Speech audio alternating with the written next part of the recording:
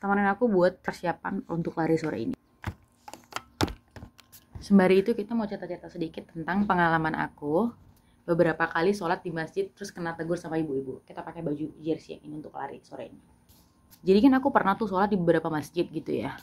Terus karena aku sholatnya pakai gamis, ya udah aku jadi milih nggak pakai mukena. Dan itu biasanya terjadi di masjid-masjid yang sholat di jalan. Sholat di jalan sih, yang kayak berhenti sholat di tempat masjid bukan di sekitar, yang kayak nggak sengaja berhenti untuk sholat doang.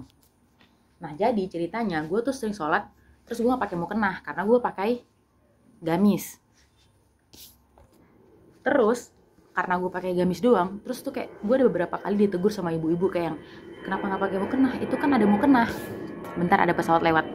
Terus kayak yang ibunya itu negurnya kayak sinis gitu loh, kayak sinis, kayak kenapa nggak pakai mukena, ada mukena tahu gitu. Terus di tempat lain juga gue pernah kategor gara-gara nggak pakai mukena. Nah karena kebetulan gue sama teman gue, terus kayak teman gue kayak cuman senyum-senyum doang gitu. Sebenarnya kita tahu ya bahwasanya sholat itu sah nggak mesti harus pakai mukena, alias sholat itu nggak mesti, alias sholat itu apa sih, gue ribet banget, alias sholat itu wajib ya, apa sih, gue mau bilang alias mukena itu tidak wajib pakai untuk sholat. Kalau misalnya kita udah pakai pakaian yang sudah menutup aurat, selain dari wajah dan telapak tangan, itu udah sah untuk dipakai sholat.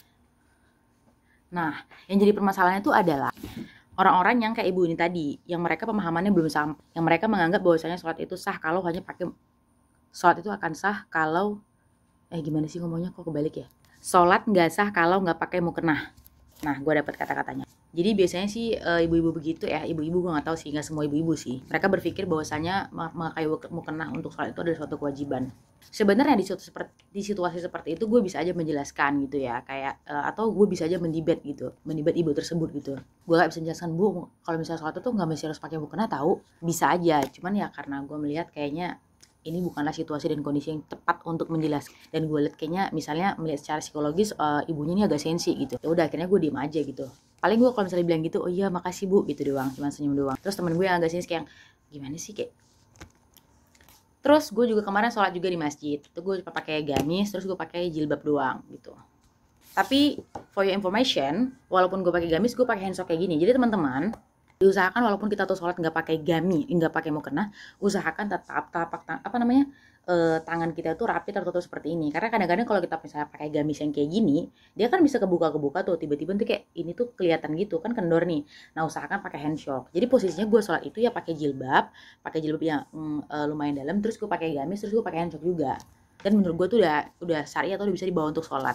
Nah tapi permasalahannya adalah pemahaman orang-orang yang tadi itu tadi. Sebenarnya gue nggak nyalahin sih, cuman gue mau kasih informasi aja bahwasanya kalau misalnya kita tuh jangan berpikir bahwasanya sholat itu nggak sah kalau nggak pakai mukena gitu. Padahal nih kadang-kadang kebanyakan ibu-ibu yang kayak gitu tuh cuman pakai mukena sholat ke masjid terus nggak pakai kaos kaki kadang-kadang. Malah kebalik gitu. Terus kadang-kadang pakai mukenanya juga ditenteng-tenteng gitu. Ya sebenarnya bisa aja sih, cuman kan kita nggak mencari kesalahan dari orang-orang ya. Cuman yang pengen gue sampaikan di sini adalah kita belajar. Itulah pentingnya untuk belajar atau berilmu sebelum beramal. Jadi setidaknya hal-hal yang dasar-dasar seperti ini kita tahu. Kayak dasar-dasar aja aurat yang wajib untuk ditutup, kayak gitu. Sebenarnya nggak masalah besar sih, cuman kan kita sering ya ketemu itu di dalam kehidupan sehari-hari. Ya ini menjadi hal yang lumrah sih.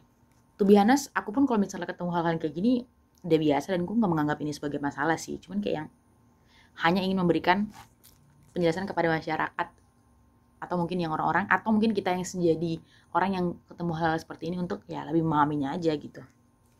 So teman-teman, pesannya itu doang, nggak ada pesan apa-apa sih.